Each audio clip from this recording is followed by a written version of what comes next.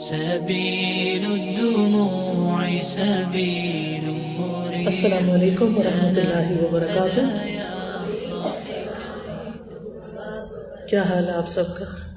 الحمدللہ. آپ سب کو دیکھ کے بہت خوشی ہو رہی ہے الحمدللہ کہ آپ نے اس وقت سارے دن کے کام کاج کے بعد اپنا وقت نکالا. اللہ تعالیٰ سے دعا ہے کہ اللہ تعالیٰ ہماری اس مجلس میں بہت برکت ڈالے اور ہم واقعی یہاں سے بہت فائدے کی باتیں سیکھ کر اٹھیں. نحمدہ ونصلی علی رسولہ الکریم.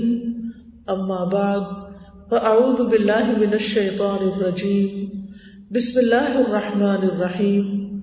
رب اشرح لی صدری ویسر لی امری واحلل عقدۃ من لسانی یفقہوا قولی. الحمد للہ واسع العطایا وجزیل الہبات کل خیر نالہ عبادہ فی دینہم ودنیاہم فإنہ من عنده ابتداء وما بہم من نعم فہی منہ وحدہ تفضلا علیہم لا استحقاقا. یعافی الخلق فی ابدانہم وحیاتہم ویرزقہم من واسع فضلہ واحسانہ بما یلیق بکرمہ وامتنانہ یکلؤہم فی مضاجعہم کأن لم یعصوہ ویتولی حفظہم کأن لم یذنبوا ویخالفوہ. احمدہ سبحانہ واشکرہ واتوب الیہ واستغفرہ. تمام قسم کی حمد تعریف اللہ کے لیے ہے جو وسیع عطیات کا مالک ہے، بھاری عطیات گفٹس عطا کرنے والا ہے. ہر وہ خیر اور بھلائی جو اس کے بندے نے اپنے دین یا اپنی دنیا میں حاصل کی، اس کی ابتدا اللہ کی طرف سے ہوتی ہے.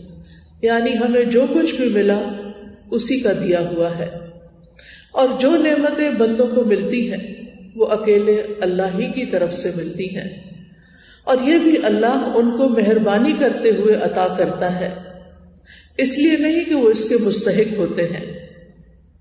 اللہ تمام مخلوقات کے جسموں اور ان کی زندگی میں ان کو عافیت دیتا ہے اور اپنے وسیع فضل اور احسان سے ان کو رزق دیتا ہے جو اللہ کی سخاوت اور اس کے احسان کے شایان شان ہے. اللہ ان کی آرام گاہوں میں ان کی حفاظت کرتا ہے گویا کہ انہوں نے اس کی نافرمانی کی ہی نہیں، اور ان کی حفاظت کی ذمہ داری لیتا ہے گویا کہ کبھی انہوں نے کوئی گناہ کیا ہی نہ ہو اور اس کی کبھی کوئی مخالفت ہی نہ کی ہو. میں اللہ سبحانہ وتعالیٰ کا شکر ادا کرتی ہوں، اس کی حمد و ثنا بیان کرتی ہوں، اس کی بارگاہ میں توبہ کرتی ہوں اور اس سے بخشش طلب کرتی ہوں. ہم اپنے آس پاس دیکھتے ہیں کہ بے شمار نعمتیں بکھری پڑی ہیں، خود اپنے وجود کے اندر اور باہر کی دنیا میں، لیکن کم ہی ایسا ہوتا ہے کہ ہماری نظر نعمتوں کو دیکھ کر ان پر شکر گزار ہو، ہمارا دل خوشی سے بھر جائے کہ اللہ نے ہمیں کیا کچھ عطا کر رکھا ہے. عام طور پر ہم اپنے اندر بھی سوچوں میں گھرے رہتے ہیں، پریشان رہتے ہیں، کبھی ماضی کا غم، کبھی مستقبل کا خوف اور فکر، اور کبھی اپنی حال کی پریشانی. یہ چیزیں ہمیں اتنا گھیرے رکھتی ہیں کہ ہمیں نعمتیں نظر ہی نہیں آتی، اور جب نعمتیں نظر نہیں آتی تو ہم پھر شکر بھی ادا نہیں کرتے.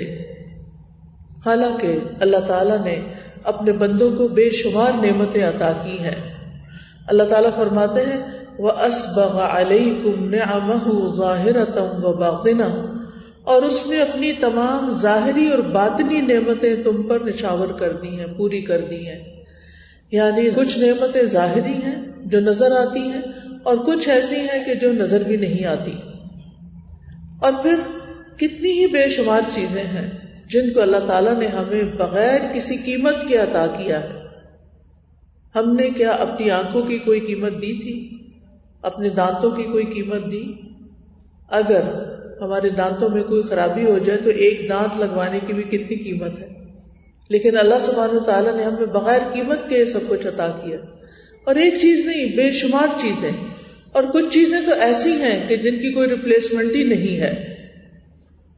اور پھر آپ دیکھتے ہیں کہ ہمارے کھانے پینے کے بے شمار انتظام کیے.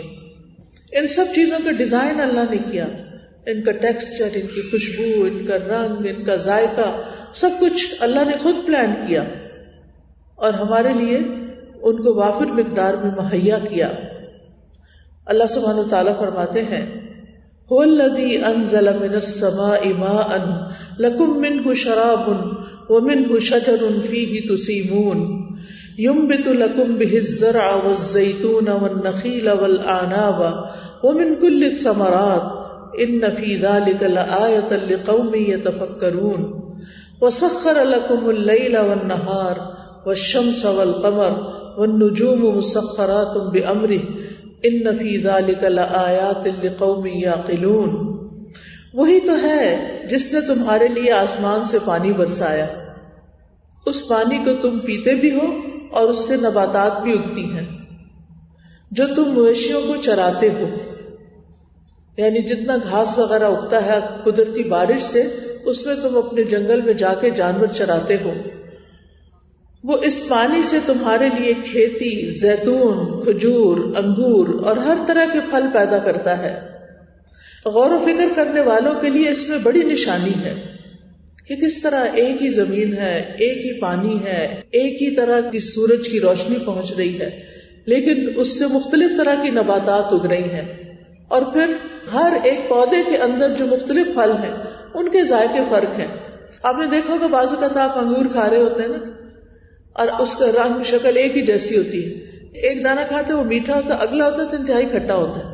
تو اتنی حیرت ہوتی ہے کہ ایک ہی بنچ کے اندر اتنی ورائٹی، سبحان اللہ، اور اس میں بھی کوئی حکمت ہوگی جو اللہ ہی بہتر جانتا ہے، جو ہمیں نظر نہیں آ رہا ہوتا، لیکن اللہ سبحانہ و تعالیٰ مختلف طریقے سے ہمیں اپنی نعمتیں عطا کرتا ہے، اور اس میں بڑی غور و فکر کی چیزیں ہیں، نشانیاں ہیں۔ اس نے تمہارے لیے رات اور دن کو، سورج اور چاند کو مسخر کیا ہے، اور تمام ستارے اسی کے حکم کے پابند ہیں۔ بلا شبہ اس میں سوچنے والوں کے لیے کئی نشانیاں ہیں، جیسے ابراہیم علیہ السلام نے سورج کو، چاند کو اور ستاروں کو دیکھ کے کہا تھا کہ لا احب الافلین، میں غروب ہونے والوں کو پسند نہیں کرتا، میں ان کو اپنا الہ نہیں مان سکتا۔ تو انہوں نے انہی کائنات کی نشانیوں کو دیکھ کر اللہ تعالیٰ کو پا لیا، اللہ تعالیٰ کی معرفت حاصل کر لی۔ آج ہمارے سامنے بھی یہ ساری نشانیاں ہیں، لیکن ہم نے ان کو صرف انجوائمنٹ کا ذریعہ بنا رکھا ہے کہ جب سورج غروب ہو رہا ہوتا ہے تو ہم کہتے ہیں دیکھو کتنا پیارا لگ رہا ہے، اور جب نکل رہا ہوتا ہے تو ہم دیکھ کے بڑے خوش ہو جاتے ہیں، لیکن اس سے آگے ہم غور و فکر نہیں کرتے۔ اسی طرح ستارے اگر آسمان پہ رات کو نظر آئیں تو ہم دیکھ کے خوش ہو جاتے ہیں، بڑا سا چاند نظر آ جائے جو فل مون ہوتا ہے تو ہم خوش ہو جاتے ہیں، لیکن اس سے آگے ہم نہیں بڑھتے کہ کس نے بنایا اور کیوں بنایا، اور وہ ذات خود کیسی ہے۔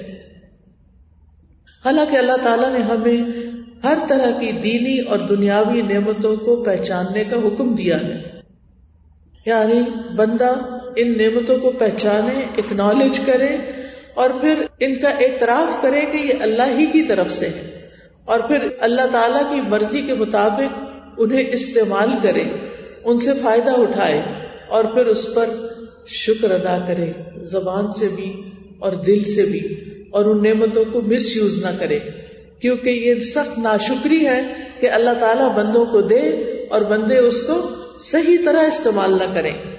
اس لیے کسی بھی چیز کی جو ویسٹیج ہے، چاہے وہ پانی ہو، چاہے وہ کھانا ہو، وہ ہمارے دین میں سخت ناپسندیدہ ہے، کیونکہ یہ شکر گزاری نہیں کہ اللہ نے ہمیں یہ سب کچھ دیا اور ہم ان کو صحیح طرح استعمال نہ کریں۔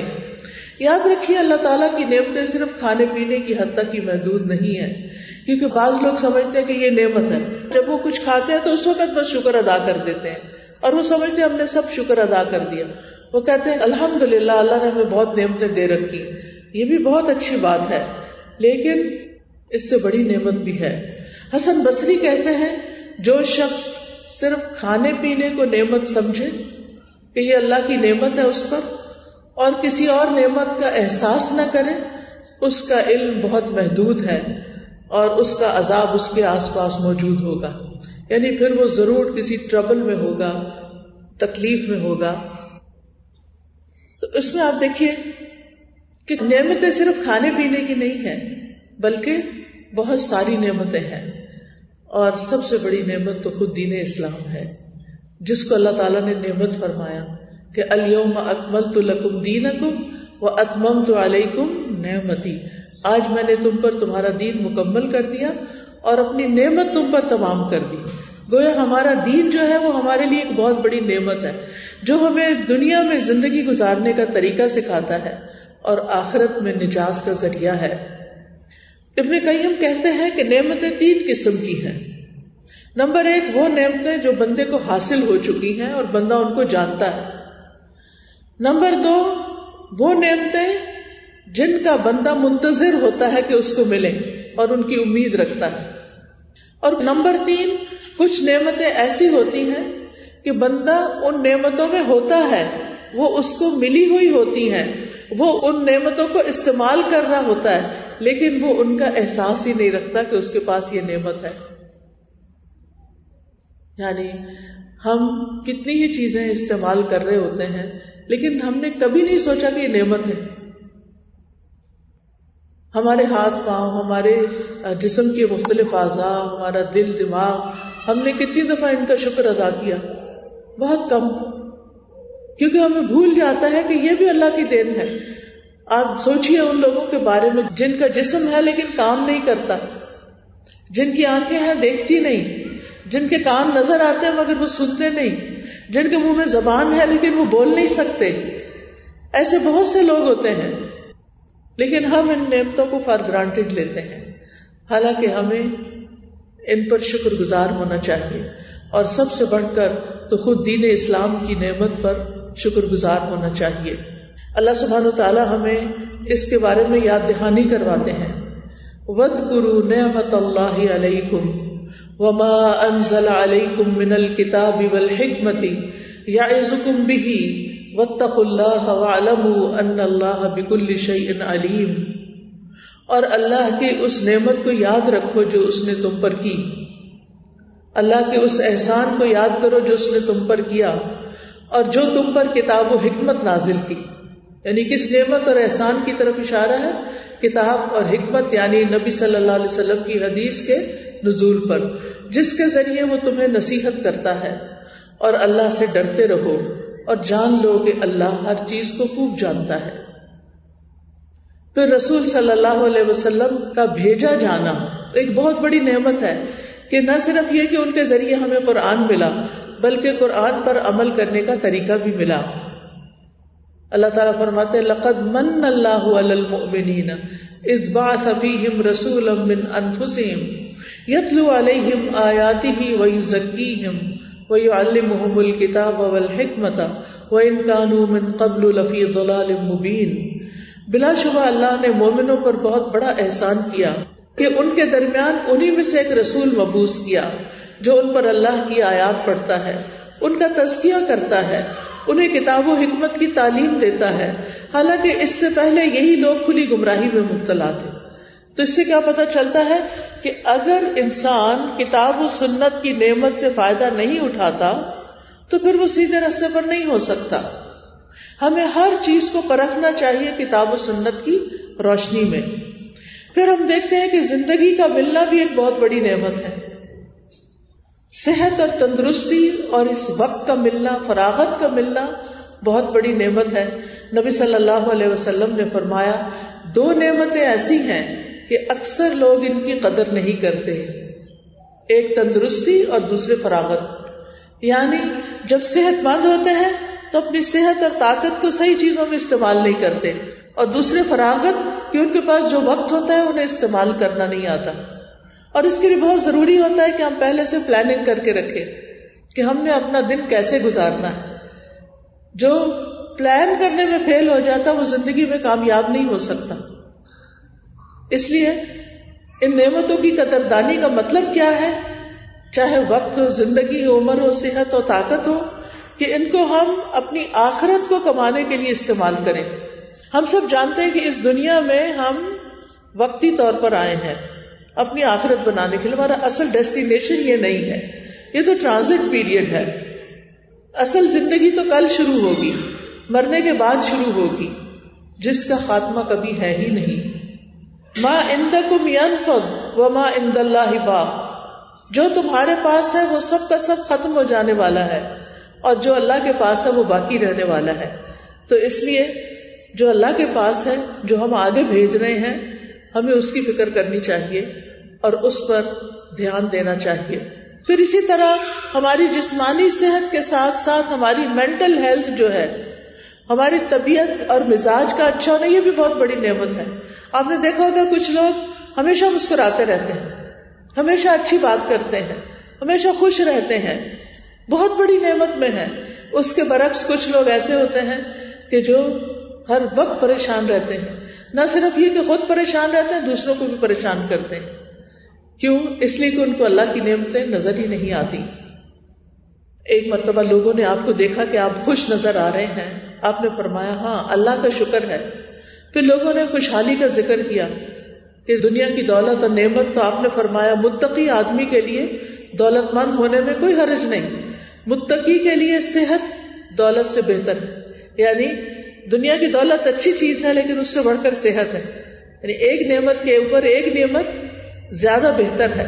یعنی اگر ایک انسان ہمت، صحت، جان و جسم رکھتا ہے لیکن اس کے پاس مال کم ہے تو کوئی بات نہیں، وہ محنت کر کے اور کما لے گا، اپنی ضرورت پوری کر لے گا. لیکن اگر ایک شخص کے پاس بہت کچھ ہے لیکن وہ استعمال ہی نہیں کر سکتا، نہ وہ کھا سکتا ہے، نہ وہ پہن سکتا ہے، نہ وہ ان کو انجوائے کر سکتا ہے، تو پھر ایسی دولت کا کیا فائدہ. پھر اسی طرح خاندان، شادی کا ہونا نعمت ہے، بچوں کا ہونا نعمت ہے. پھر ان بچوں سے جو آگے خاندان بنتے ہیں وہ خاندان نعمت ہے. اور ان خاندانوں میں آپس کی محبت اور الفت نعمت ہے کہ اللہ نے اگر ہمیں بچے دیے اور ان سے ہمیں خوشی ملتی ہے تو بہت بڑی نعمت ہے. اور اگر ان بچوں کی شادی ہو چکی ہے تو بہت ہی بڑی نعمت ہے. اگر بچوں کے بچے ہو چکے ہیں تو وہ انجوائے کرنے کے لیے بہت بڑی نعمت ہے. انسان کو ان سب چیزوں پر خوش ہونا چاہیے. پھر اسی طرح طرح طرح کی نعمتوں کا ملنا، حلال اور پاکیزہ رزق کا ملنا، یہ بھی نعمت ہے. اور پھر مال بذات خود ایک نعمت ہے. نبی صلی اللہ علیہ وسلم نے فرمایا جب اللہ نے تمہیں مال دیا تو اس کی نعمت اور اس کے احسان کا اثر تم پر نظر آنا چاہیے. پھر اسی طرح زمین و آسمان، پہاڑ، سبزہ، درخت، ہوا، موسم، دھوپ، سورج، پانی، یہ سب اللہ کی نعمتیں ہیں. ان نعمتوں کو پا کر ہم اللہ کی اطاعت کرتے ہیں یا نہیں، اس پر ہماری فوری پکڑ نہیں ہوتی. یہ بھی ایک نعمت ہے کہ اللہ تعالیٰ ہمیں چانس دیے چلے جاتا ہے کہ ہم اچھا کر لیں. یعنی اللہ تعالیٰ کا گناہوں کی پردہ پوشی کرنا اور گناہوں پر فوری طور پر نہ پکڑنا، یہ بھی ایک نعمت ہے. ہم غلطی کرتے ہیں اور ہمیں احساس بھی نہیں ہوتا کہ ہم نے غلطی کی، اور پھر ایک وقت گزر جاتا ہے تو اچانک خیال آتا ہے ہم نے یہ بھی کیا تھا. خاص طور پر بچپن کی ناسمجھی کی چیزیں. آج ہی صبح اچانک مجھے بچپن کی اپنی ایک غلطی یاد آئی تو میں نے کہا میں نے آج تک اس پر توبہ ہی نہیں کی کہ میری غلطی تھی. کیونکہ ہم جب غلطی کرتے ہیں تو اپنے آپ کو جسٹیفائی کر لیتے ہیں کہ کوئی بات نہیں، بچے ہیں نا، بچے ایسے کرتے ہیں. لیکن غلطی تو غلطی ہوتی ہے نا، اس میں معافی بھی مانگنی چاہیے. پھر معافی اور توبہ کی توفیق جو ہے یہ بھی ایک اللہ تعالیٰ کی نعمت ہے. ہماری نافرمانیوں پر، ہمارے گناہوں پر پردہ ڈال دینا اللہ کا، وہ بھی ایک نعمت ہے. مقاتل کہتے ہیں کہ باطنی نعمت کیا ہے کہ اللہ تعالیٰ تمہاری نافرمانیوں پہ پردہ ڈال دے. بہرحال نعمتیں تو اتنی ہیں کہ جو ہم گن ہی نہیں سکتے. یہ تو میں نے صرف یاد دہانی کرائی کہ نیکسٹ ٹائم آپ ان چیزوں کے بارے میں سوچو تو صرف فکر نہیں کریں. اولاد ہے تو صرف فکر نہیں کیا کریں بلکہ یہ بھی سوچیں کہ شکر ہے کہ ہے، اور الحمدللہ اللہ نے پال دی ہے، بڑا کر دیا ہے یا بڑے ہو رہے ہیں. دیکھیں چھوٹے بچوں کے اپنے مزے ہوتے ہیں. آپ کا گھر ہے، اس میں کبھی کسی کا شور ہو رہا ہے، کوئی رو رہا ہے، کوئی ہنس رہا ہے، کوئی کھیل رہا ہے، کوئی کچھ کر رہا ہے، آپ اس کو انجوائے کریں. یہی اگر آپ تنہا ہوتے تو لائف کو کیا اس طرح انجوائے کر سکتے تھے. پھر اسی طرح اگر گھر کا کام ہے تو شکر ہے گھر ہے تو کام ہے، اگر گھر ہی نہ ہوتا تو کام کیا ہوتا. پھر اسی طرح باقی بھی چیزیں، جاب کے اوپر ہم تنگ ہوتے ہیں، بہت کام کرنا پڑتا ہے، باس ایسا ہے، فلاں ایسا ہے، شکر ہے کہ جاب ہے. تو اسی طرح جتنی بھی نعمتیں ہیں ہمارے پاس، ان کے ساتھ تکلیفیں ضرور ہیں کیونکہ یہ زندگی امتحان ہے. انسانوں کا ہماری زندگی میں ہونا ایک نعمت ہے، لیکن اس کے ساتھ ساتھ آزمائش بھی ہے. جیسا کہ قرآن پاک میں آتا ہے وَجَعَلْنَا بَعْضَكُمْ لِبَعْضٍ فِتْنَةً أَتَصْبِرُونَ، ہم نے تم میں سے بعض کو بعض کے لیے فتنہ بنایا، کیا تم صبر کرتے ہو؟ یعنی انسان انسانوں کے لیے جہاں خوشی کا باعث ہے وہاں بعض اوقات پریشانی کا باعث بھی ہوتے ہیں، لیکن ہمیں ان کا اچھا پہلو یاد رکھنا چاہیے اور تکلیف دہ پہلو کو بھول جانا چاہیے، کیونکہ جو انسان معاف کرتا رہتا ہے اس کا اجر اللہ کے ذمہ ہو جاتا ہے. اللہ سبحانہ و تعالیٰ اس کو بہترین جزا عطا کرتا ہے اس پر جو وہ دوسروں کو معاف کر دیتا ہے. اس میں آپ دیکھیے کہ حسن بصری جو تھے ایک بہت بڑے محدث گزرے ہیں. وہ ایک رات دعا کر رہے تھے کہ یا اللہ جس کسی نے مجھ پر ظلم کیا ہے تو اسے معاف کر دے، جس کسی نے مجھ پہ ظلم کیا ہے تو اسے معاف کر دے. یہ دعا انہوں نے بہت کثرت سے کی. ہم تو کرتے نا ایک دفعہ دعا کی بس ٹھیک ہے کر لی، وہ ریپیٹڈلی کرے جا رہے تھے رات کی دعاؤں میں، یہاں تک کہ ان کے پڑوسی نے ان کی آہ و پکار سن لی اور کہا اے امام کل رات آپ نے ظلم کرنے والوں کے لیے اتنی دعائیں کی کہ مجھے خواہش ہوئی کہ کبھی میں بھی آپ پہ ظلم کرتا تو آپ میرے لیے بھی دعا کرتے. آخر اس کی وجہ کیا ہے؟ آپ نے اتنی دعا کیوں کی ہے؟ امام نے فرمایا کہ میں نے قرآن مجید میں اللہ تعالیٰ کا فرمان پڑھا تھا فمن عفا واصلح فاجرہ علی اللہ، جو معاف کر دے اور اصلاح کر لے اس کا اجر اللہ کے ذمے ہو گیا، اللہ نے اس کا اجر لکھ دیا. تو آپ دیکھیے کہ ہم کیا دوسروں کو معاف کر سکتے ہیں؟ اگر ہمیں نعمتیں یاد ہے نا کہ ان انسانوں سے ہمیں بڑا فائدہ بھی پہنچا ہے، ان سے ہمیں بڑی خیر بھی پہنچتی ہے. پچھلے دنوں کی بات ہے کہ ایک بچی اپنے شوہر سے بہت سخت ناراض ہوئی، اس نے کچھ اس کو ہاتھ اٹھایا، اس پر تکلیف دی.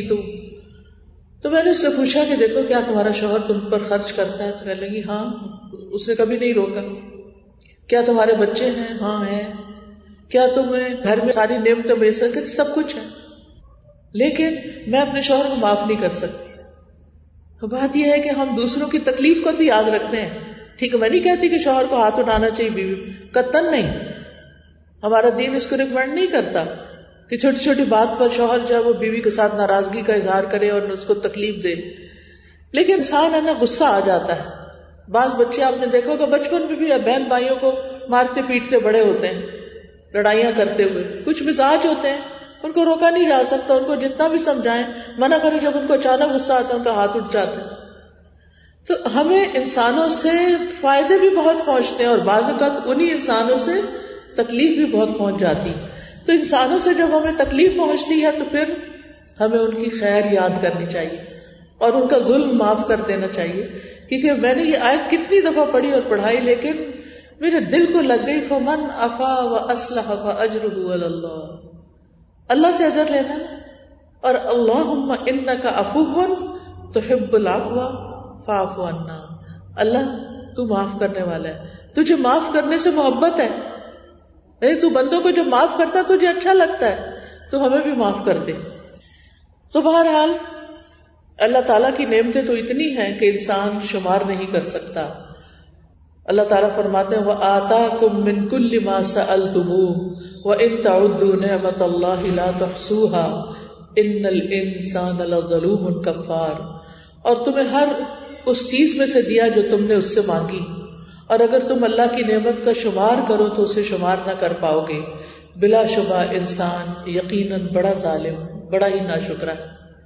یعنی انسان جو ہے وہ اپنے اوپر بھی ظلم کرتا رہتا ہے اور بندوں پر بھی کرتا ہے.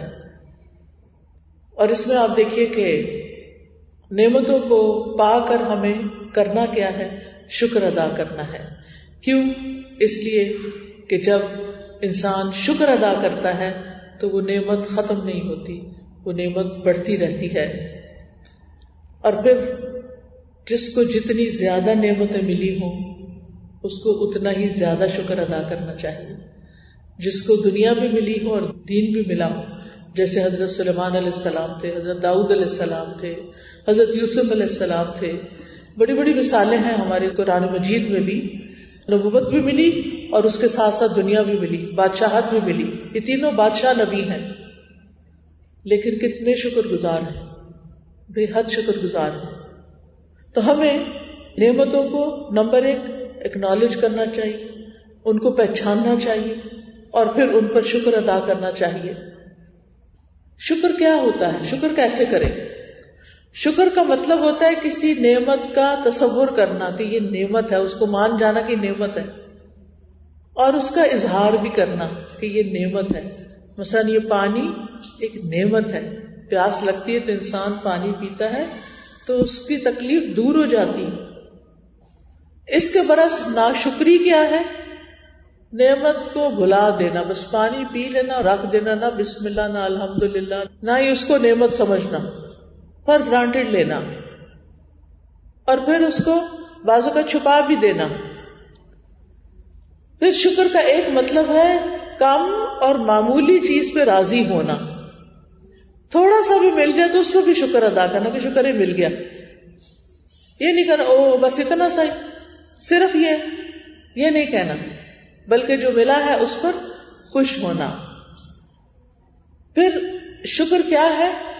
نعمت دینے والے کا، انعام کرنے والے کا بہت زیادہ ذکر کرنا، اس کی تعریف کرنا.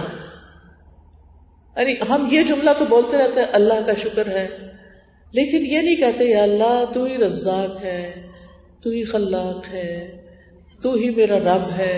یعنی اللہ کی تعریف والے اچھے اچھے نام پکارنا. اللہ تو میرا خالق ہے، تو میرا مالک ہے، تو ہی میرا رازق ہے، تو نے سب کچھ دیا ہے. اللہ میں تیری حمد کیسے بیان کروں؟ اللہ کو اس کے اچھے اچھے ناموں، اس کی صفات کا ذکر کر کے اس کو یاد کرنا. عربی میں کہتے ہیں عین شکرا، آنسو سے بھرپور آنکھ. اور اسی سے شکر کا لفظ ہے کہ جس نے نعمت دی ہے اس کے خیال سے، اس کے ذکر سے دل کا بھر جانا. پھر زبان، دل اور اعضاء سے نعمت کا اظہار کرنا. ابن قیم کہتے ہیں شکر کا مطلب ہے بندے کی زبان پر اللہ کی نعمت کا اثر ظاہر ہو، اس طرح کہ زبان سے اللہ کی تعریف بیان کی جائے، حمد کے کلمات کہے جائیں. اور بہترین کلمات حمد کے کیا ہیں؟ کوئی بتائے گا؟ الحمدللہ. اور وہ کیا ہے؟ کلمۃ الشکر ہے. اس کے ایک دفعہ کہنے سے کیا ہوتا ہے؟ کیا بھر جاتا ہے؟ میزان بھر جاتا ہے. یس. تو اللہ سبحانہ وتعالیٰ کا زبان سے شکر ادا کرنا الحمدللہ کہیں. پھر ذرا بڑھانا ہو تو الحمدللہ رب العالمین. پھر الحمدللہ نحمدہ ونشکرہ. ایک کارڈ بھی ہے الحمدللہ کا جس میں اللہ تعالیٰ کی تعریف کے کلمات جمع کر دیے گئے. یہ اور اس میں آپ دیکھیں کہ ہر حال میں اللہ کی تعریف. اور اس میں ایک اور کارڈ بھی ہے الحمدللہ عدد ما خلق. اللہ کی تعریف اتنی جتنی اس کی مخلوق کی تعداد ہے. اتنی دفعہ میں الحمدللہ کہتی ہوں. کہتے کہ یہ ذکر جو ہے صبح شام کے ذکر سے، یعنی سارا دن بھی کوئی ذکر کرتا رہے تو اس تک نہیں پہنچ سکتا. یہ اتنا بہترین ذکر ہے. الحمدللہ ملء ما خلق. اللہ کی تعریف جس سے اس کی مخلوقات بھر جائیں.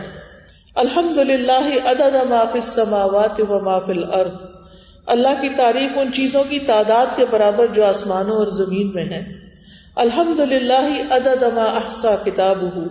اللہ کی تعریف ان چیزوں کی گنتی کے برابر جنہیں اس کی کتاب نے شمار کیا. والحمدللہ علی ما احصا کتابہ. اور اللہ کی تعریف اس پر جو اس نے اس کی کتاب میں شمار کیا. والحمدللہ عدد کل شیء. اور اللہ کی تعریف ہر چیز کی گنتی کے برابر. والحمدللہ ملء کل شیء. اور اللہ کی تعریف جس سے ہر چیز بھر جائے. یہ الفاظ ہمیں خود تو نہیں آتے، لیکن جب ہم ان کو دیکھ کے بھی پڑھ لیں اور اللہ تعالیٰ کی تعریف بیان کریں تو اس سے اللہ تعالیٰ راضی ہوتا ہے، اللہ تعالیٰ خوش ہوتا ہے. آپ دیکھیے کہ آدم علیہ السلام جو پہلے انسان تھے ان کے بارے میں آتا ہے کہ جب اللہ تعالیٰ نے ان کے اندر روح پھونکی تو روح جب ان کے سر تک پہنچی تو انہوں نے چھینک ماری اور کہا الحمدللہ رب العالمین. تو اللہ تبارک و تعالیٰ نے ان سے فرمایا اللہ تجھ پر رحم کرے، یعنی جس رب کو تو نے پکارا ہے وہ تجھ پر رحم فرمائے. نوح علیہ السلام جو اب آدم علیہ السلام کے بعد سب سے بڑے پیغمبر ہیں، ان کی تعریف قرآن مجید میں کن الفاظ سے ہوئی؟ ان کی کیا پہچان تھی؟ حالانکہ 950 سال تبلیغ کرتے رہے اور تکلیفیں اٹھاتے رہے، لوگوں کی باتیں سنتے رہے، لیکن پھر بھی اللہ سے کبھی گلا شکوہ نہیں کیا. اللہ تعالیٰ نے ان کے بارے میں فرمایا انہ کان عبدا شکورا، کہ وہ اللہ کا بڑا ہی شکر گزار بندہ تھا، بڑا ہی شکر گزار. ہماری زندگی میں تو 2 دن کوئی تکلیف آ جائے تو ہمیں ساری نعمتیں بھول جاتی اور ہماری زبان سے پھر الحمدللہ نہیں نکلتا، جبکہ نوح علیہ السلام کو ساری تکلیفوں کے باوجود یہ کلمہ نہیں بھولا. اور اسی وجہ سے اللہ سبحانہ وتعالی نے ان کے لیے کیا انعام فرمایا، وَجَعَلْنَا ذُرِّيَّتَهُ هُمُ الْبَاقِينَ، ہم نے اس کی اولاد کو زمین پر باقی رہنے والا بنا دیا، کیونکہ باقی سب تو ڈبو دیے گئے تھے. آدم علیہ السلام کی اولاد میں سے جو بھی نافرمان تھے سب کا ملیہ میٹ کر دیا گیا طوفان کے ذریعے، اور جو لوگ حضرت نوح پر ایمان لائے تھے صرف ان کو بچایا گیا، پھر ان سے اولاد چلی اور نسل چلی. پھر موسیٰ علیہ السلام کو اللہ تعالیٰ نے شکر ادا کرنے کا حکم دیا.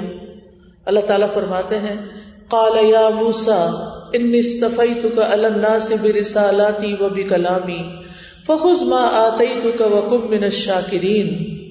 اے موسیٰ، بے شک میں نے تمہیں اپنے پیغامات اور اپنے کلام کے ساتھ لوگوں پہ چن لیا، تو جو میں نے تمہیں دیا ہے وہ لے لو اور شکر کرنے والوں میں سے ہو جاؤ. یعنی کتاب عطا کی ہے وہ لے لو اور شکر ادا کرو. ابراہیم علیہ السلام کی شکر گزاری پر اللہ تعالیٰ نے ان کی تعریف کی شاکرا لانعمہ، کہ وہ اللہ کی نعمتوں پر شکر کرنے والے تھے، شکر گزار بندے تھے. تو یہ نعمتوں کو دیکھنا، ان کے بارے میں سوچنا، ان کو اکنالج کرنا، ان کو پا کے خوش ہونا، ان پر زبان سے شکر ادا کرنا، ان کو صحیح رستے میں استعمال کرنا، یہ ہماری زندگی کا مقصد ہونا چاہیے. ہمیں اللہ نے اپنی عبادت کے لیے پیدا کیا، شکر سب سے بڑی عبادت ہے. ٹھیک ہے، فارمل طریقے پہ اللہ نے بتایا نماز وغیرہ، لیکن وہ ہم کیوں پڑھتے ہیں؟ شکر ادا کرنے کے لیے پڑھتے ہیں. ٹھیک ہے نا. نماز روزہ کس لیے کرتے ہیں؟ کہ جو نعمتیں اللہ نے دی ہیں ان پہ شکر ادا ہو اور ان کو ادا کریں تاکہ آئندہ بھی اللہ تعالیٰ ہمیں قیامت کے دن نعمتیں ادا کرے. یعنی ہم نماز پڑھتے ہیں اللہ کے ذکر کے لیے، اللہ کے شکر کے لیے، اور اس کا صلہ ہمیں کہاں ملے گا؟ آخرت میں. اللہ تعالیٰ نے ہمیں جو پیدا کیا تو فرمایا لعلکم تشکرون، تاکہ تم شکر ادا کرو.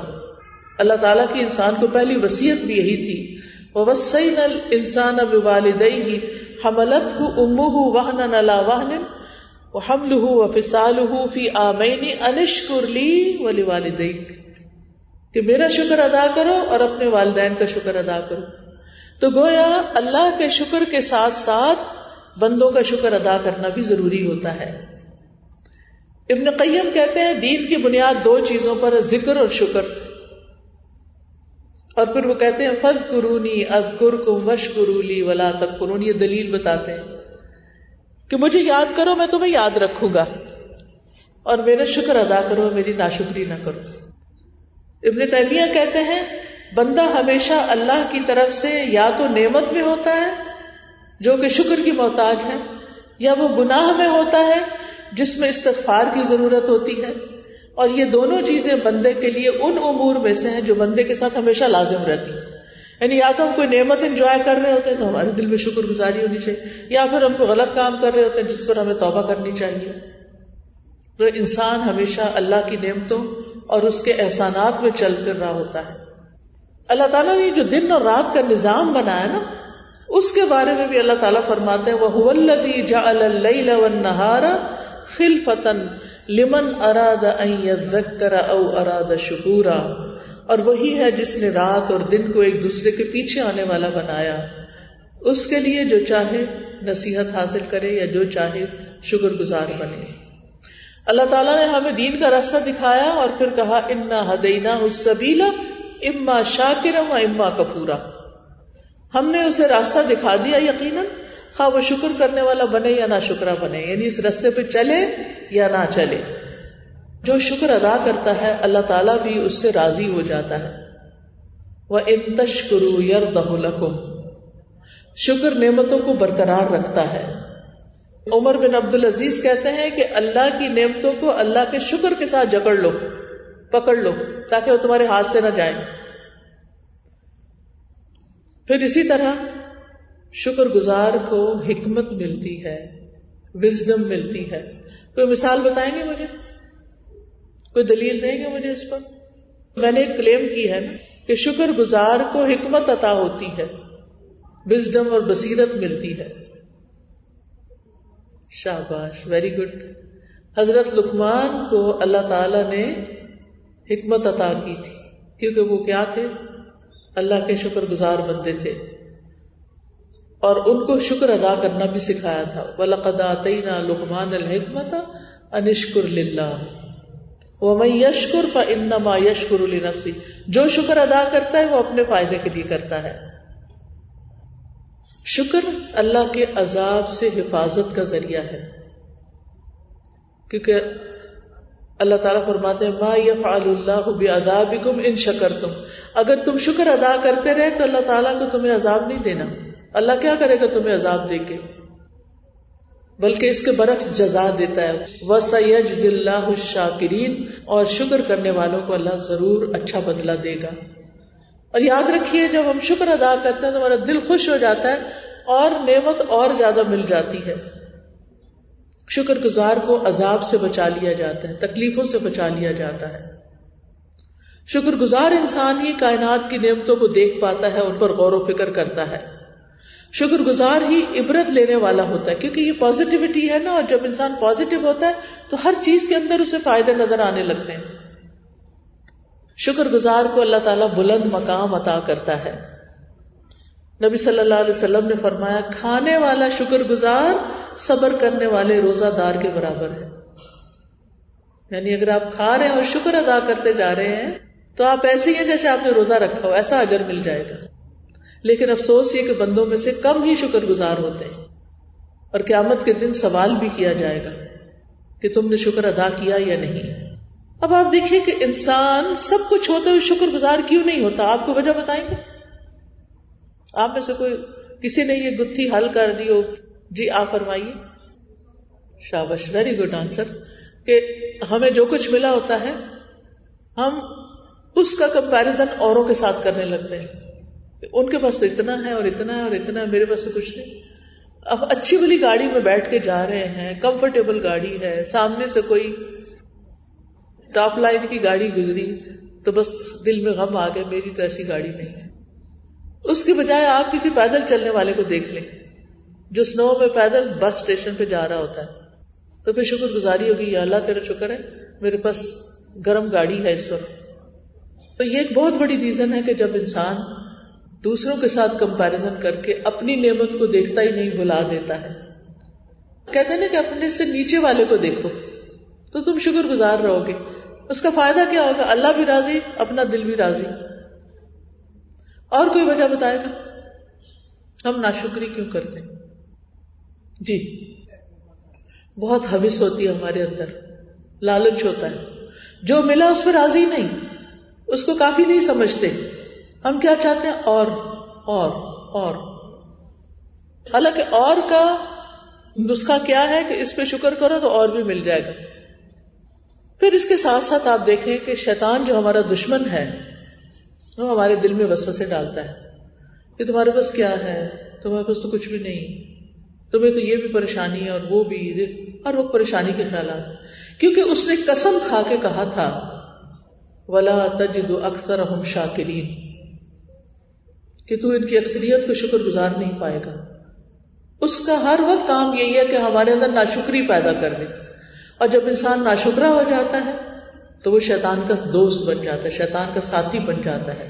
ان المبذرین کانوا اخوان الشیاطین وکان الشیطان لربہ کفورا، بے شک بے جا خرچ کرنے والے شیطان کے بھائی ہوتے ہیں اور شیطان ہمیشہ سے اپنے رب کا ناشکرا ہے۔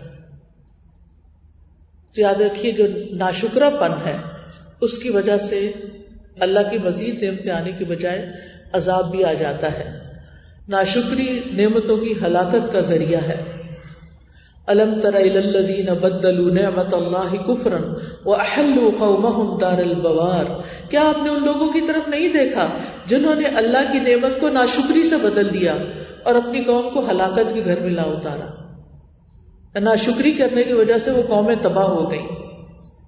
جیسے ایک مثال بھی آئی ہے، اللہ نے ایک بستی کی مثال بیان کی ہے قرآن میں، جو امن اور اطمینان والی تھی، ہر طرف سے اس کا رزق اس کے پاس آ رہا تھا، تو اس نے نعمتوں کی ناشکری کی تو اللہ نے انہیں بھوک اور خوف کا لباس پہنا دیا اس کے بدلے جو وہ کیا کرتے تھے. تو بعض اوقات ایسا بھی ہوتا ہے کہ ہمارے پاس بہت کچھ ہوتا ہے لیکن ہم ڈٹ کے اللہ کی نافرمانیاں کرتے ہیں، پھر اللہ کا عذاب آتا ہے، پھر خوف آتا ہے، پھر نعمتیں چھن جاتی ہیں. تو اس سے پرہیز کرنا چاہیے، جیسے قوم سبا کے ساتھ ہوا. قوم سبا کو اللہ تعالیٰ نے بہت خوشحالی دی تھی لیکن انہوں نے ناشکری کی. ان سے کہا گیا کلوا من رزق ربکم واشکروا لہ بلدۃ طیبۃ ورب غفور، اپنے رب کے دیے رزق میں سے کھاؤ اور اس کا شکر ادا کرو، پاکیزہ شہر ہے اور بے حد بخشنے والا رب. لیکن انہوں نے کیا کیا؟ فَأَعْرَضُوا، منہ موڑ لیا. تو اللہ نے پھر کیا کیا؟ فَأَرْسَلْنَا عَلَيْهِمْ سَيْلَ الْعَارِمِ وَبَدَّلْنَاهُمْ بِجَنَّتَيْهِمْ جَنَّتَيْنِ ذَوَاتَيْ أُكُلٍ خَمْطٍ وَأَثْلٍ وَشَيْءٍ مِّن سِدْرٍ قَلِيلٍ ذَلِكَ جَزَيْنَاهُمْ بِمَا كَفَرُوا وَهَلْ نُجَازِي إِلَّا الْكَفُورَ. پھر انہوں نے منہ موڑ لیا، یعنی قوم سبا نے ناشکری کی تو ہم نے ان پر بند کا سیلاب بھیجا، یعنی بند توڑ دیا، ڈیم. اور ہم نے انہیں ان کے 2 باغوں کے بدلے 2 اور باغ دیے جو بد مزہ پھلوں اور جھاؤ کے درختوں اور کچھ تھوڑی سی بیریوں والے تھے. یہ ہم نے انہیں اس کا بدلہ دیا جو انہوں نے ناشکری کی تھی، اور ہم یہ بدلہ اسی کو دیتے ہیں جو بہت ناشکرا ہو. یعنی پھر ان کی نعمتوں کا زوال ہو جاتا ہے، نعمتیں ختم ہو جاتی ہیں. ناشکرا پن جہنمی عورتوں کی صفت بھی ہے. رسول اللہ صلی اللہ علیہ وسلم نے فرمایا بے شک فساق آگ والے ہیں. پوچھا گیا اللہ کے رسول فساق کون ہے؟ فرمایا عورتیں. ایک آدمی نے کہا اللہ کے رسول کیا وہ ہماری مائیں بہنیں نہیں، ہماری بیویاں ہیں؟ آپ نے فرمایا کیوں نہیں، جب وہ نعمتیں دی جاتی ہیں تو شکر نہیں کرتی اور جب وہ آزمائی جاتی ہیں تو صبر نہیں کرتی. یعنی یہ 2 صفات ان کے اندر نہیں. اس لیے ہم خواتین کا یہ امتحان ہے، ہمیں ایکسٹرا ایفرٹ لگا کے صبر اور شکر دونوں صفات اپنے اندر لانی ہے. اب طریقہ کیا ہے؟ سب سے پہلے تو دل میں نعمت کا احساس کیا جائے، پھر زبان سے ذکر کیا جائے کہ یہ نعمت ہے. انسان کی ناشکری کیا ہے؟ ان الانسان لربہ لکنود. کنود وہ ہے جو اللہ کی نعمتوں پر شکر ادا نہیں کرتا. حسن بصری کہتے ہیں کنود وہ ہوتا ہے جو مصیبتوں کو تو گنتا رہتا ہے اور نعمتوں کو فراموش کر دیتا ہے. آپ نے بھی دیکھا ہوگا زندگی میں کچھ لوگ ایسے ہوتے ہیں جب آپ سے ملنے آئیں وہ اپنی ایک ایک مصیبت اور ایک ایک تکلیف کا پوری لسٹ آپ کو بتائیں گے، اور کئی دفعہ بتائیں گے. اسی مجلس میں بیٹھے بیٹھے ہر تھوڑی دیر بعد پھر بتائیں گے کہ ان کو کیا کیا پریشانی ہے. کسی نعمت کا ذکر نہیں کریں گے. یہ ہے انتہا درجے کی ناشکری. اور جو نعمتیں ملی ہیں ان کا کبھی ذکر نہ کرنا.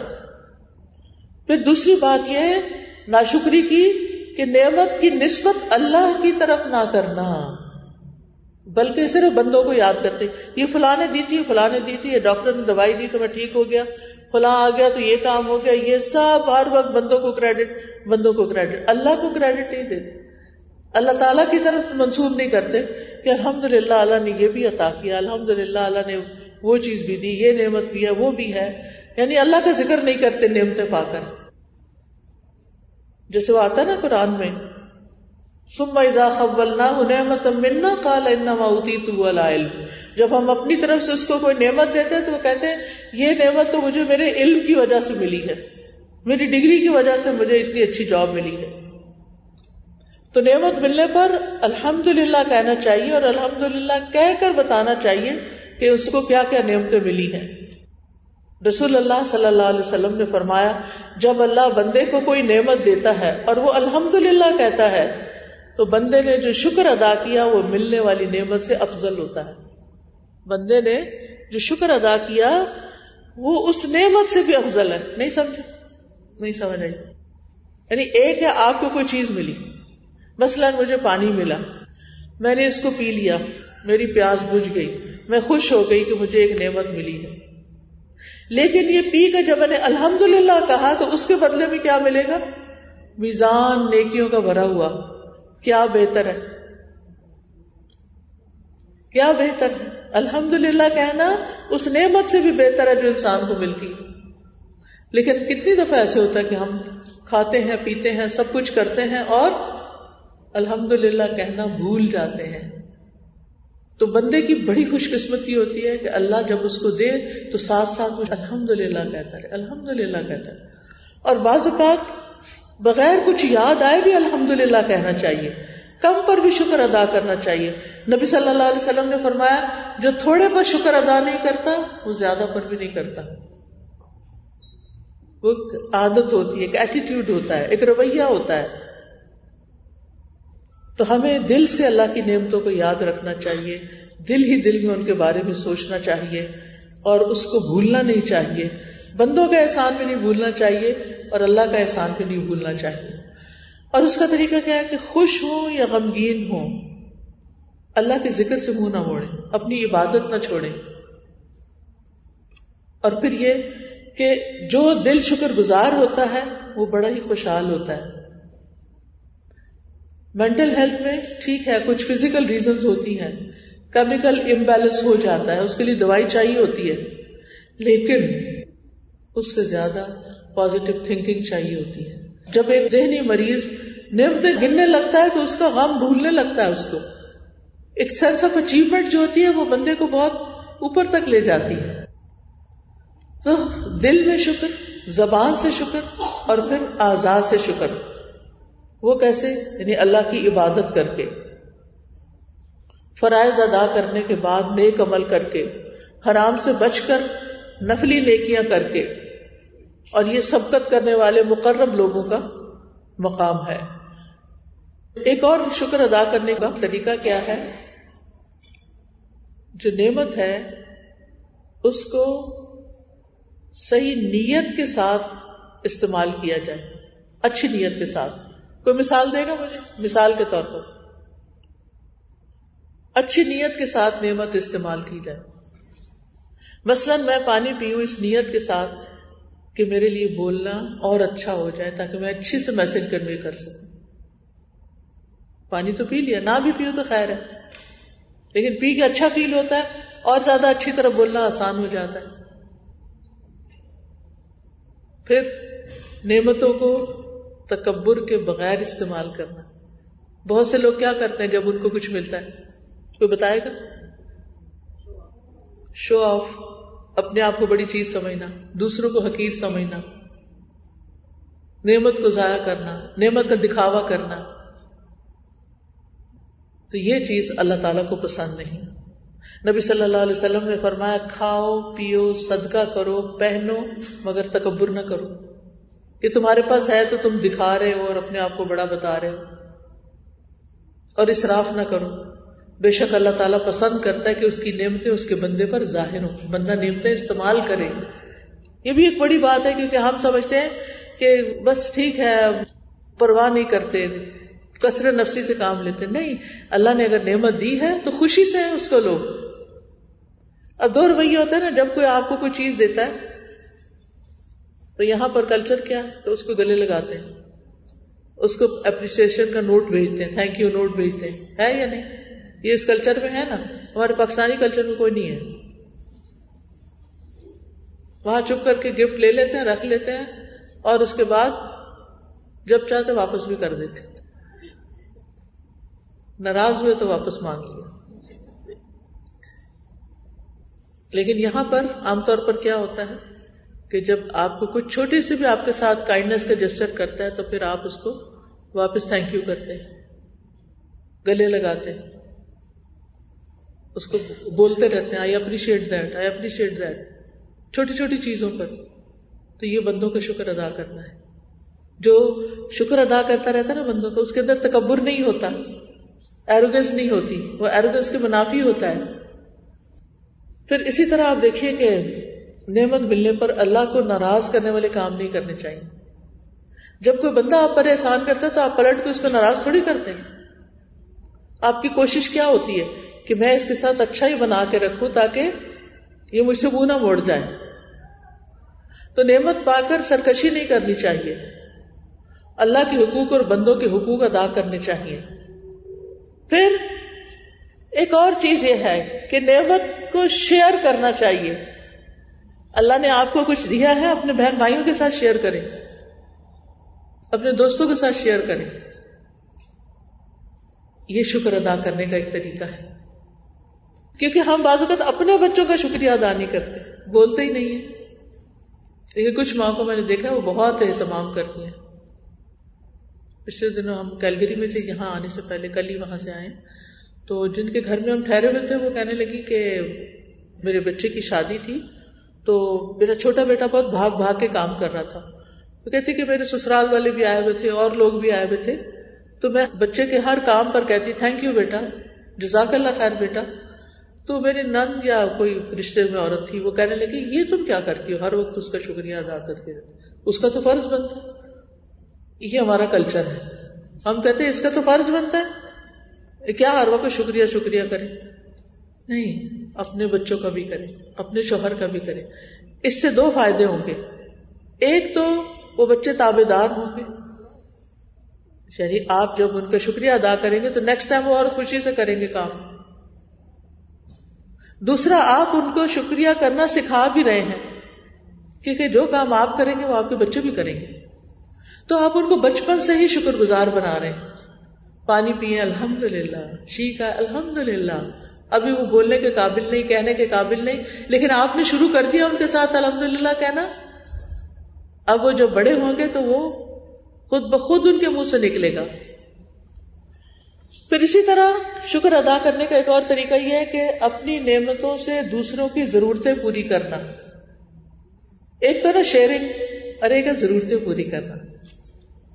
وہ کیسے؟ اس میں چیریٹی کے سارے کام آ جاتے ہیں. بالکل. اب دیکھیے رسول اللہ صلی اللہ علیہ وسلم نے فرمایا جس بندے پر اللہ کوئی نعمت فرماتا ہے اور وہ اسے اس پر تمام کر دیتا ہے، پھر لوگوں کی حاجات کا رخ اس بندے کی طرف کر دیتا ہے، یعنی اس کو بہت کچھ دے دیتا ہے، پھر لوگوں کو اس کا محتاج بنا دیتا ہے، تو وہ بیزار ہونے لگتا ہے کہ یہ کیا مصیبت. تو اس نے اس نعمت کو زوال اور فنا کے لیے پیش کر دیا کہ نہ رہے اب میرے پاس. مثلا آپ کے پاس علم ہے، آپ لوگوں کی مدد کر سکتے ہیں، لوگ چاہتے ہیں کہ آپ ان کو سکھائیں، لیکن آپ کہتے ہیں یہ میرے لیے بڑی ہیڈیک ہے، میں نہیں کر سکتی. تو آپ نے کیا کیا؟ نعمت کو زوال کے لیے پیش کر دیا. کیونکہ علم ہے یا مال ہے، دینے سے بڑھتا ہے، کم نہیں ہوتا. اور جب آپ نہیں سکھا رہے، سیکھ کر، تو پھر کیا ہوگا؟ آہستہ آہستہ بھول جائے گا. ابھی ریسنٹلی ایک سسٹر نے شیئر کیا، کہتی میں نے ایجپٹ سے اجازہ لیا، لیکن اس کے بعد میں فارغ ہو گئی تو میں نے دہرائی کم کر دی. کہتی جب میں کچھ عرصے کے بعد پھر سنایا تو استاد نے کہا چونکہ تم نے دہرائی کم کی ہے تمہارے مخارج پھر ٹھیک ہونے والے ہو گئے. یعنی ہم محنت کر کے ایک اسکل حاصل کرتے ہیں، پھر اس کا استعمال نہیں کرتے، پھر کیا ہوتا ہے؟ کسی بھی مسئلہ کو جب ہم استعمال نہیں کرتے تو کیا ہوتا ہے؟ کام کرنا چھوڑ دیتا ہے، ہم اتنے ایکٹیو نہیں رہتے. تو نعمتیں اس لیے ملی ہیں کہ ہم خود بھی فائدہ اٹھائیں اور دوسروں کو بھی پہنچائیں. پھر اسی طرح نعمت میں ہم اللہ تعالیٰ کی عبادت بھی شکر گزاری کے طور پر کریں. اللہ تعالیٰ فرماتے ہیں وَاعْبُدُوهُ وَاشْكُرُوا لَهُ إِلَيْهِ تُرْجَعُونَ، اس کی عبادت کرو، اس کا شکر ادا کرو، اسی کی طرف واپس لوٹائے جاؤ گے. آل داؤد کو نعمتوں کے شکرانے پر عبادت کا حکم دیا گیا تھا. اعملوا آل داؤد شکرا. نبی صلی اللہ علیہ وسلم کیسے شکر ادا کرتے تھے؟ لمبی نماز پڑھ کے، پاؤں میں ورم آ جاتا تھا. نماز عملی شکر ہے، نماز پڑھنا شکر ہے، روزہ رکھنا شکر گزاری ہے. ہر خیر کا وہ کام جو بندہ اپنے ریسورسز کے ساتھ کرتا وہ اللہ کی نعمتوں کی شکر گزاری ہے. سجدہ شکر ادا کرنا بھی عبادت ہے. خوشی ملنے پر نبی صلی اللہ علیہ وسلم سجدے میں پڑ جایا کرتے تھے، صحابہ کرام بھی کرتے تھے. ابو بکر رضی اللہ عنہ کو جب یہ بتایا گیا کہ مسلمہ کذاب قتل کر دیا گیا ہے تو وہ فوراً سجدے میں پڑ گئے شکر ادا کرنے کے لیے. کعب بن مالک کو جب پتا چلا کہ ان کی توبہ قبول ہو گئی ہے تو وہ سجدے میں پڑ گئے. تو نماز جو ہے اور سجدہ جو ہے یہ شکر ادا کرنے کا بہترین طریقہ ہے، کیونکہ اس میں سارا جسم انوالو ہوتا ہے، سارے اعضاء. جب آپ کھڑے ہوتے ہیں، رکوع کرتے ہیں، سجدے پہ جاتے ہیں تو پورا جسم آپ کا جھک جاتا ہے. اور یہ عبادت کا سب سے پہلا طریقہ ہے، اور سب سے پہلے سوال بھی اسی کے بارے میں ہوگا. نماز جو ہے وہ اسلام اور کفر کے درمیان، توحید کے درمیان فرق کرنے والی. ہمیں نمازوں کی حفاظت کا حکم دیا گیا. ہم کہیں پر بھی ہوں، کیسے بھی حالات ہوں، نماز ادا کرنا ضروری ہے. دنیا کے کاموں کی وجہ سے نماز سے غفلت درست نہیں ہے. بچوں کو بھی نماز کی عادت ڈالنی چاہیے. نبی صلی اللہ علیہ وسلم کے آخری الفاظ بھی یہی تھے. قبر میں بندے کی حسرت کیا ہوگی؟ نبی صلی اللہ علیہ وسلم ایک قبر کے پاس سے گزرے اور جس کو ریسنٹلی دفن کیا گیا تھا. آپ نے فرمایا 2 رکعتیں ہلکی سی ہوتی ہیں اور تم انہیں زائد سمجھتے ہو، ایکسٹرا چیز سمجھتے ہو، حقیر سمجھتے ہو، لیکن وہ 2 رکعتیں اگر یہ صاحب قبر اپنے عمل میں زیادہ کر لیتا تو اس کی نظر میں تمہاری باقی دنیا سے بھی زیادہ محبوب ہوتی، پوری دنیا سے زیادہ قیمتی. وہ 2 رکعتیں جو پڑھ سکتے اور ہم پڑھے بغیر اٹھ جاتے ہیں. تو شکر گزار اور عبادت گزار بنے. اس کے لیے دعا بھی ہے، رب اوزعنی ان اشکر نعمتک التی انعمت علی وعلی والدی وان اعمل صالحا ترضاہ واصلح لی فی ذریتی انی تبت الیک. اور نماز کے بعد ایک دعا پڑھتے ہیں. آپ سب کو آتی؟ کس کس کو آتی؟ کون سی دعا پڑھتے ہیں شکر گزاری؟ رب اعنی علی ذکرک و شکرک و حسن عبادتک. اللہ تعالیٰ سے دعا مانگے کہ اللہ ہمیں شکر ادا کرنے کی توفیق عطا کر. اور پھر سورۃ الفاتحہ جو ہے یہ بھی ایک شکر گزاری کی دعا ہے. تو اللہ تعالیٰ سے دعا ہے کہ اللہ تعالیٰ ہمیں اپنے شکر گزار بندوں میں شامل کرے اور ناشکری سے بچائے اور نعمتوں کا احساس دے، نعمتوں کی قدردانی کرنا سکھائے. میری آج کی گفتگو یہاں پر مکمل ہوتی ہے. یہ کچھ کارڈز ہیں، کل بھی میں نے ان کا تعارف کرایا تھا. ایک تو ابھی یہ شکر گزاری کے لیے کارڈ، ایک دعا ہے جو رات کو اگر آنکھ کھلے اور آپ پڑھ لیں تو جو دعا کریں وہ دعا قبول ہوگی انشاءاللہ. آیات شفا ہے، کوئی بیمار ہو تو ان کو پڑھ کے دم کرنے کے لیے. ایک کتاب ہے پوری شکر گزار بننے کے فائدے، اس کو تھوڑا تھوڑا کر کے پڑھ لیں تو آپ کو فائدے معلوم ہوتے جائیں گے. پھر یہ آیات سکینہ ہے، قرآن مجید کی وہ آیات ہیں کہ جن کو پڑھ کے انسان انگزائٹی میں اور بے-چینی میں سکھ پاتا ہے. پھر یہ پروٹیکشن کی دعائیں ہیں، لا الہ الا اللہ کے بارے میں جو فضیلت ہے اس کا کارڈ ہے، کسی نان مسلم کو بھی آپ دے سکتے ہیں یہ. پھر گناہوں کی بخشش کی دعائیں ہیں. پھر نبی صلی اللہ علیہ وسلم کی احادیث ہیں، اس میں 100 سے زیادہ. آپ اپنے بچوں کو ہر روز ایک ایک حدیث عربی، انگلش، اردو میں سکھائیں. میں نے اپنے بیٹے کو ڈیلی جب اسکول جانے لگتا تھا تو ایک حدیث اس کے ساتھ کرتی تھی. کرتے کرتے اس کی زندگی کی ساری ہر موضوع کے متعلق اس میں حدیثیں ہیں مختصر سی. تو انگلش میں بھی چکے ہیں تو بچوں کو تربیت دینے کا، سکھانے کا ایک اچھا ذریعہ ہے.